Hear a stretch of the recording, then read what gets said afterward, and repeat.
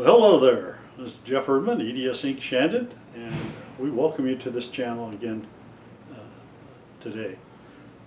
This is a continuing saga of the build of the fan for the dust collection system, and one of the things that we had to get done with that dust collection system, or the fan for that, is to broach the arbor for it.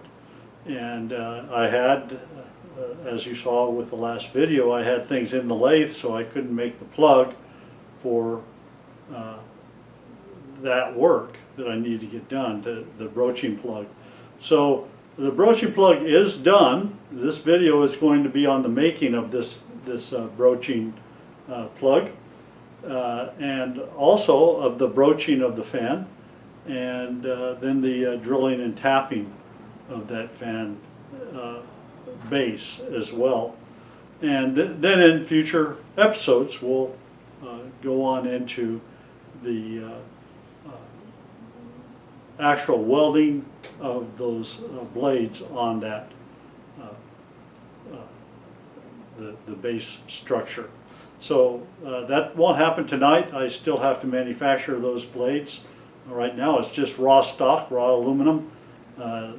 It's 8 inches by, I haven't even cut it into lengths yet, so it's about 6 foot long, a little bit over 6 foot long. So I have to cut that all up and then fabricate those to the proper dimensions, and then we can weld them into the base for the fan. And then we'll have to balance that, and then it'll be ready to mount onto the motor. We will have to then build a housing for that fan, and when we build the housing, then we'll be ready to use it as a dust collection system. And of course I'll have to get all my pipe and everything up in the rafters to accommodate that. Right now I have some up there. It's all for a smaller system that I have, so we have to put a bigger pipe up in there for the dust collection system. And the main primary reason for this is we bought a 3-head 54-inch wide sander, and so it sands it from 80 grit, then the next is 100 grit, and then it takes it down to, I think, 150. 80, 150, and then 220. And the final sand of that is an oscillating sand. So anyway, there's a tremendous amount of sand that's kicked up from that process, and our dust collection system currently cannot handle that, and so we get a lot of dust in the shop, and we want to get rid of that. Dust comes in here, gets on all the machines, and makes everything dirty. So we want to get rid of that, and to do that we need a new dust collection system. So that's the purpose of this. That's why we've been building this thing. So this is the keyway that I have to fit, and what I'm going to probably do is have it positioned something like this, so that the thread will start right in the corner here. I'll bring you up on that a little bit so you can see that a little bit better. Tell you what, I'll spin that arbor towards you.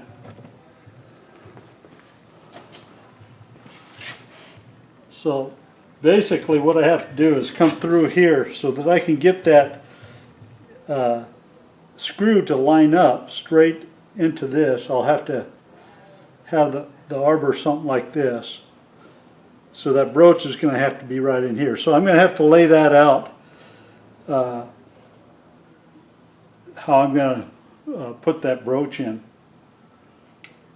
Mark this, and so we get that broach in the right spot, because we want our set screw to land right on the top of the key when we're all done.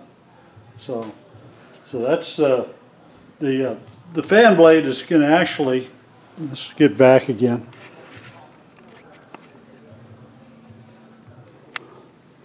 So the fan blade is actually going to be about 24 inches, because it'll come out past, it'll flush with the back side of this, and it'll come out like this.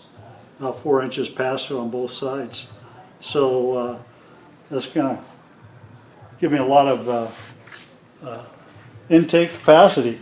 So we're hoping to run an 18-inch pipe feed into this, and of course nice size motor, so that's not going to be a problem at all. It'll be able to handle the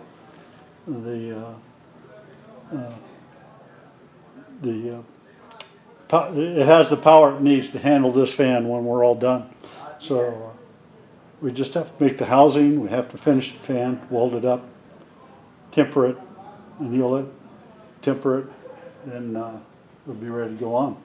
There's still a lot of work to be left to do, but now I got the lathe ready so I can make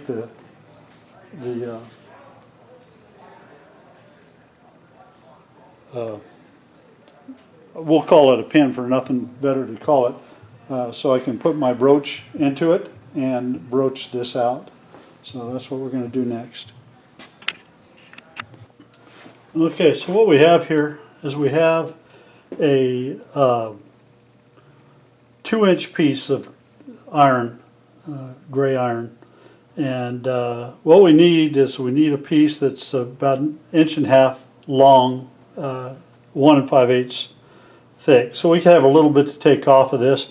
We need to have a little sleeve on it, and then we need to set it into the mill and mill a groove in it for our broaching tool. So we're going to go ahead and we're going to figure out what we need to take this to.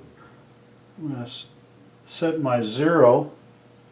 1, 2, 3, 4, 5, 6, 7, 8, 9, 10, 11, 12, 13, 14, and 15.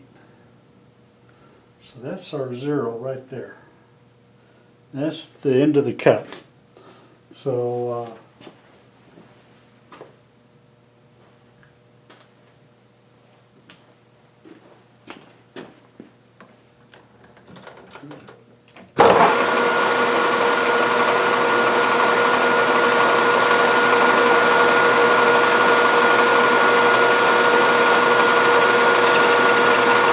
okay, 60 is the 0.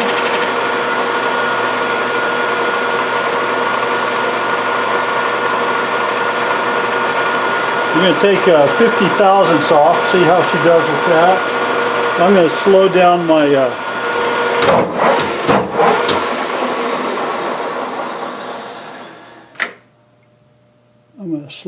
my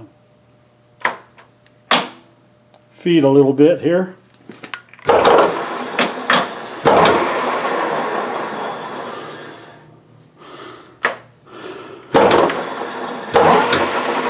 There we go.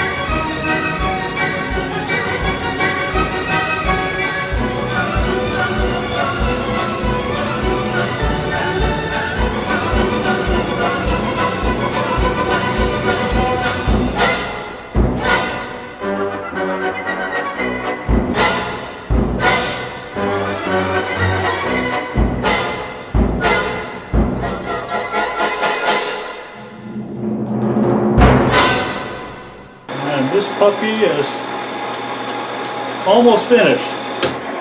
So now all we have to do is cut the slot in it for the broaching tool, and we'll be done. Okay, so this is our setup. We've got a V block attached to the deck of the Bridgeport, and we've got it clamped down, and then we've got our plug in our V block, and it's being clamped down by these two bars on either side. So what I'm about ready to do is cut through the lip on this side, and then we'll come down and we'll find out what our zero is on top of this part, so we can start cutting that.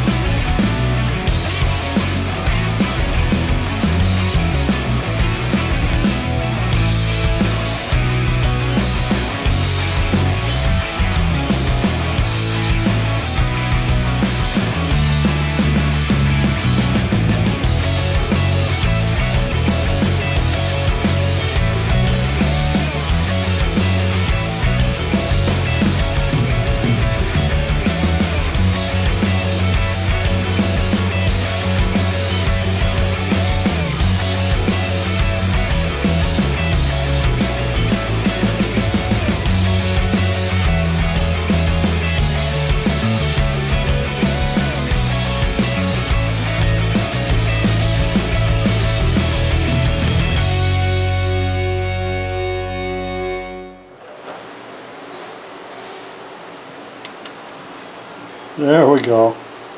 That's exactly what I was wanting. I have nice contact both sides. That'll be perfect.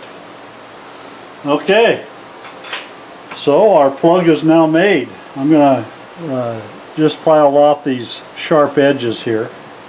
Don't need those.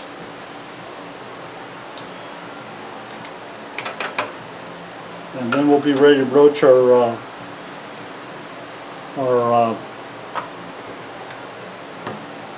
fan wheel.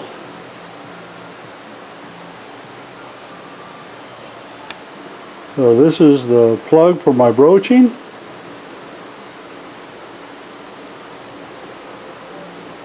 Should work just fine and dandy for me. So let's go over and see if we can broach that puppy. Okay, so the next step is I need to locate where I'm going to be putting the broach in this, which will be most convenient for a set screw. So I'm going to give my circle splitter here, and this will pretty much tell me where the best location will be. I'm going to want to have about a 3/8 tap hole and tap. So this line is probably going to be the best because it keeps me away from this fin, but yet I'm not into this fin. If I spin a little bit more, I'm going to be drilling into the edge, this edge over here. So I think I need to keep it just about like that. So that'll mark the center line of that broach right there. So this is where I need to put my key. And that'll give me almost a perfect location for the screw, it looks like. Let me check that again. This better be safe than sorry, huh? You know, I think I'm going to have to go over it just a little bit. So that puts that hole right here, right in about that direction, which will help me to get a tap in there and be a little bit easier to tighten that when I'm all done. So all that kind of plays into the layout of this thing. You have to think about where your set screw is going to be in relationship to your shaft. If you had it too close, you wouldn't be able to get anything in there because you're going to have a fin sticking up this high above this, and you're going to need to be able to turn that Allen set screw in there. So those are things you need to consider. So I think we're good. I think we're really good. This is about the direction, right like that. So we should be good. I think I'm going to do it right there. Okay, so now we'll take her over to the press and we'll broach this thing out. Well, here we are at the Famco press. This is a 5-ton press. Won't need that much effort for aluminum, but this is what we're using. And I thought that I may have to use my Ajax mill with a slotting head on it, which I'm sure you would have found exciting. But because I thought the diameter of this part would not fit in here and allow me to broach it. But what I found is that I had enough room, so I can use the Famco, which is a lot easier process. Just setting up the slotting head and the tooling would have been a half a day's work. The thing weighs about 300 pounds. You have to dismount the head, that's the universal head, and then put that on. So it's a pretty long ordeal just to do a little bit of broaching. So I was able to get a 3/8 broach. I made my plug for it, and now we're going to go to begin our first cut ever in broaching on the Famco press. Now I've got some shims here that will help me get through each one of my passes. But to start with, since this is aluminum, I'm going to go ahead and spray this with some WD-40 so that I don't end up with that stuff sticking to my teeth. So let's go ahead and we'll begin our cut. See, I got that off. No effort at all so far.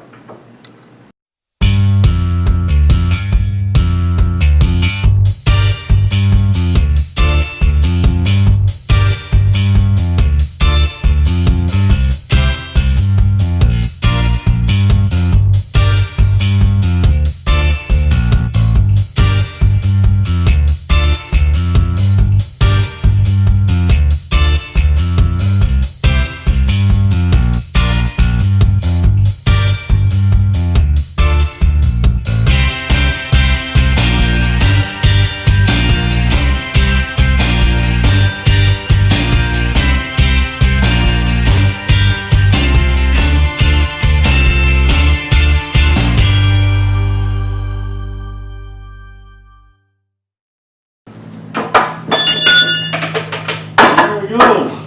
All done.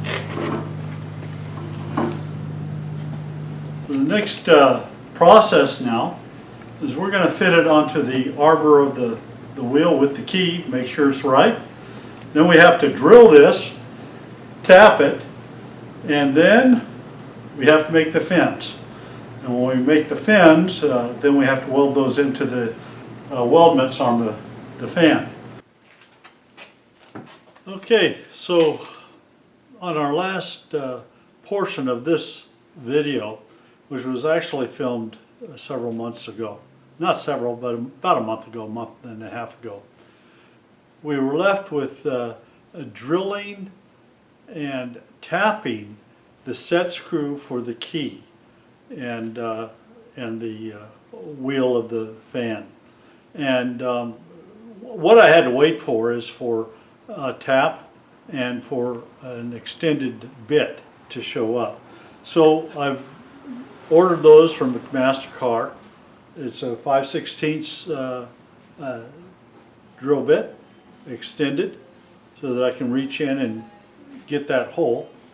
And then I've got my 3/8 tap that with an extended shank on it.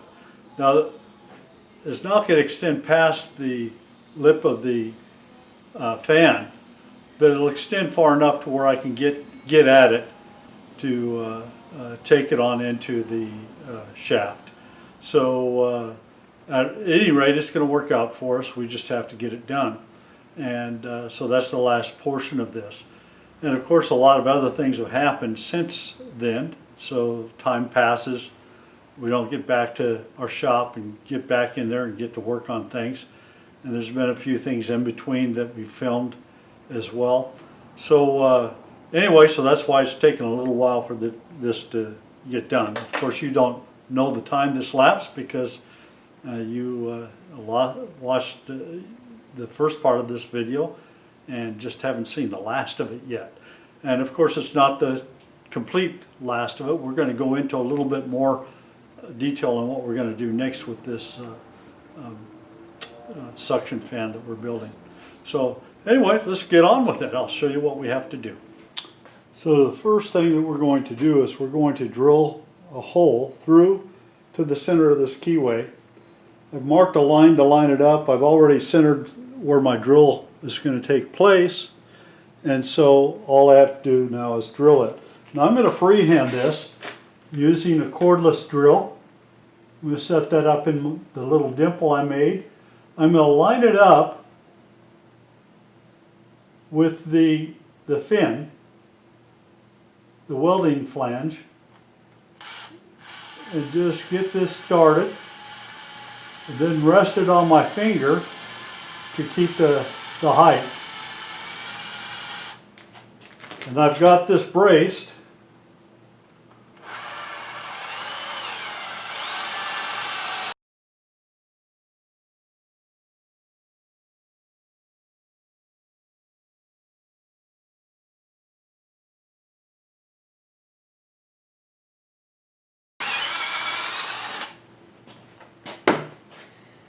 That came out dead center in that keyway right there. Perfect. So even doing it by hand, you can do a decent job. Started out bad, but it ended up okay. So now what we have to do is get this tap started in here and run in through here. So I'm going to look for an extension, something I can extend on here to get it out to where I can operate this thing. I'll bring you back as soon as I find a solution to that little problem. Okay, this is my setup. What I've done is I've run the tap through two nuts that act as a spacer from the bottom. I've got a parallel, 1/8 inch parallel below them. That gets them, and this nut is sitting flat on that parallel. And this, well, I should try to point with this. So this nut is sitting flat on this parallel. This nut is fitting flat on the parallel. So I got the same height. And then I shimmed it over from this welding flange that I have here. And so I've got the proper distance back and forth. So now this tap is centered on this the hole the way it should be. So I've got this kind of oddball wrench here, and I'll be using that to screw it in and to drive it in. What I've done is I'm just taking a nail set to act as if to apply center pressure as I turn it, and all this because I couldn't find an extension.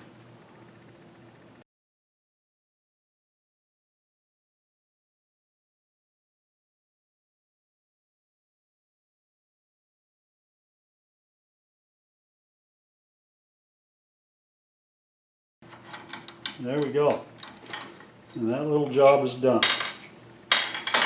Got a nice little tapped hole in there. Just where we need her. Dead center of that keyway. Just the way you would want it.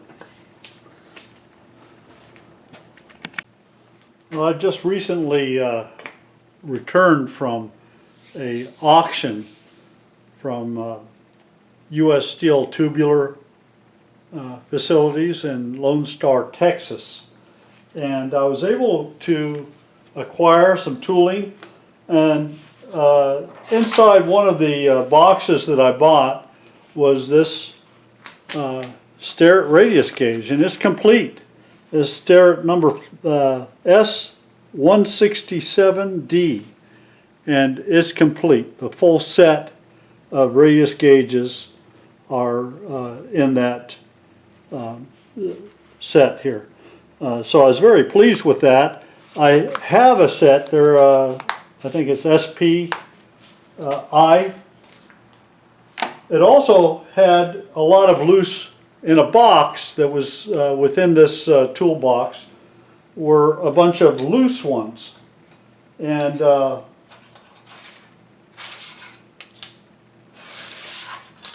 see if, whoops, I'm dropping them. But all these loose radius gauges that you see in my hand here, every last one of them is a Starrett. They're a little bit binged up and what have you. They're all marked with the well, you can see LSS or or L55 is what it looks like. Yeah. I'm not sure if that's LSS or L55. Some of them it looks like an S, and others it looks like a 5. But for U.S. Steel's tubular plant there. But what I really appreciated is they had some of these big gauges. So I've got now a nice set of the larger sized. This is 1 15/16 here.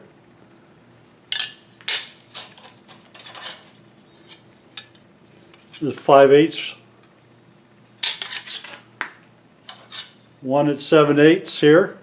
Not 1 7/8, but 7/8. And another one at 9/16. So I've got some that are over the 1/2 inch, which is typical in the Starrett kits. And these are going to come in handy because on my fins I wanted a greater radius than what I had, and I didn't have anything to draw that with. So now I can use these radius gauges to draw that on my fins. So we're going to take you over and we're going to show you that. Oh, one other little thing I got is another little Starrett 436 2-inch micrometer. So I was pleased with that as well. That was all sitting in a little like cardboard box with all these tools just all thrown in there. So I like those little surprises. I also received this. This is a Starrett drill index. So I thought that was kind of nice too. So I have one of these as well. Okay, so I'll bring you over and I'll show you what we're up to next. So as you can see, I've got my aluminum blued up.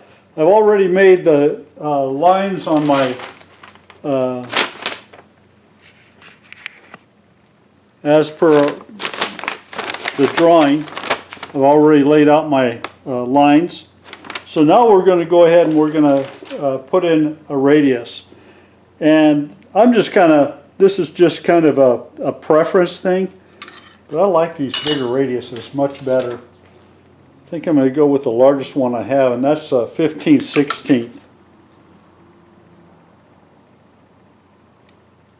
So now I'm going to go ahead and rescribe, because I'd already had a 1/2 inch radius scribed in here.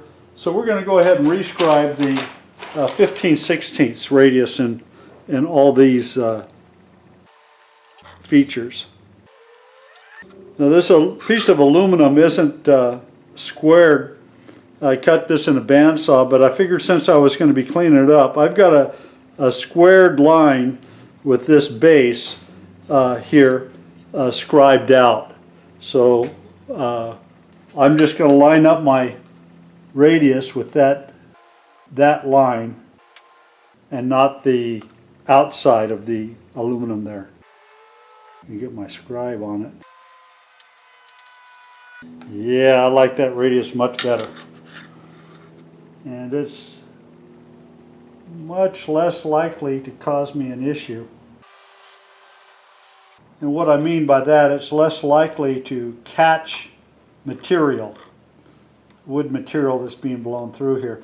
I'm going to ease all the corners on this, these blades, so that when I go to, when it's spinning, there won't be any sharp edges for it to, for the wood material to stick to. The bigger radius. So now all we have to do is take this over, make my pattern, clean it up, and then all the others, once I have this done, all the others will be made from this one. And when we're all done, we'll put them on a sander, we'll clean them all up evenly so that every one of them is exactly the same. And then we'll be ready to weld them onto our base plate there, the big fan base plate that we have been working on for some time. So all that's going to be another video.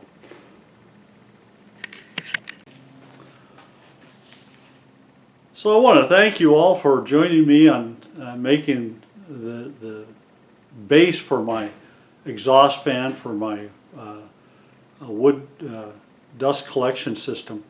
Now we're going to move into the next process on this, and it probably won't follow in the next video, but a few down the road we will follow with the welding, well actually the making of the flange, the fins, and then the welding of those into those weldments or welding flanges that I built into the base wheel.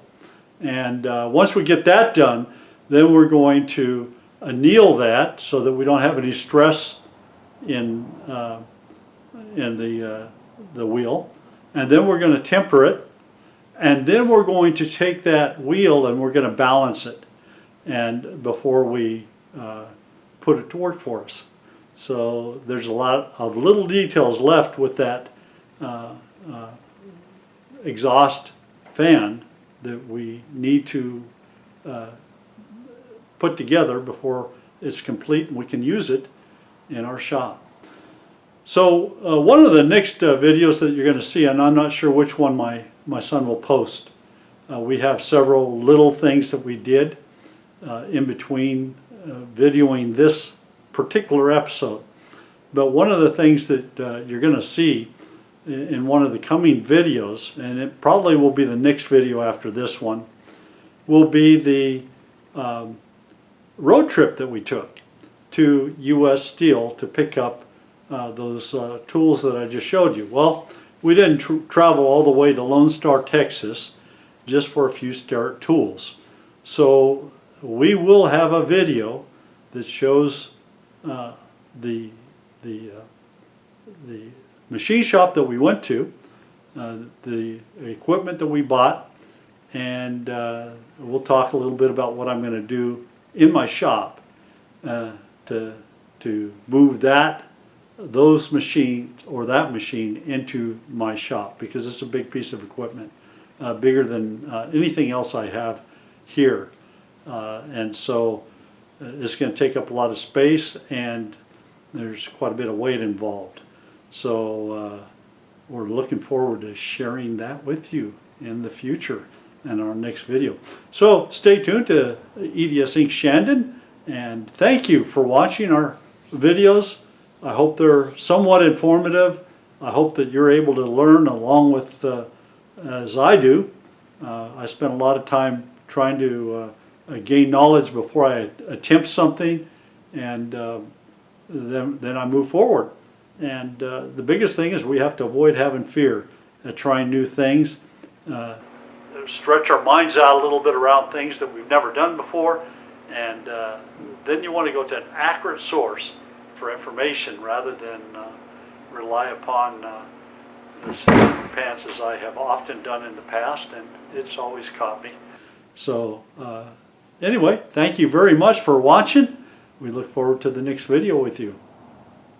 Till then, take care.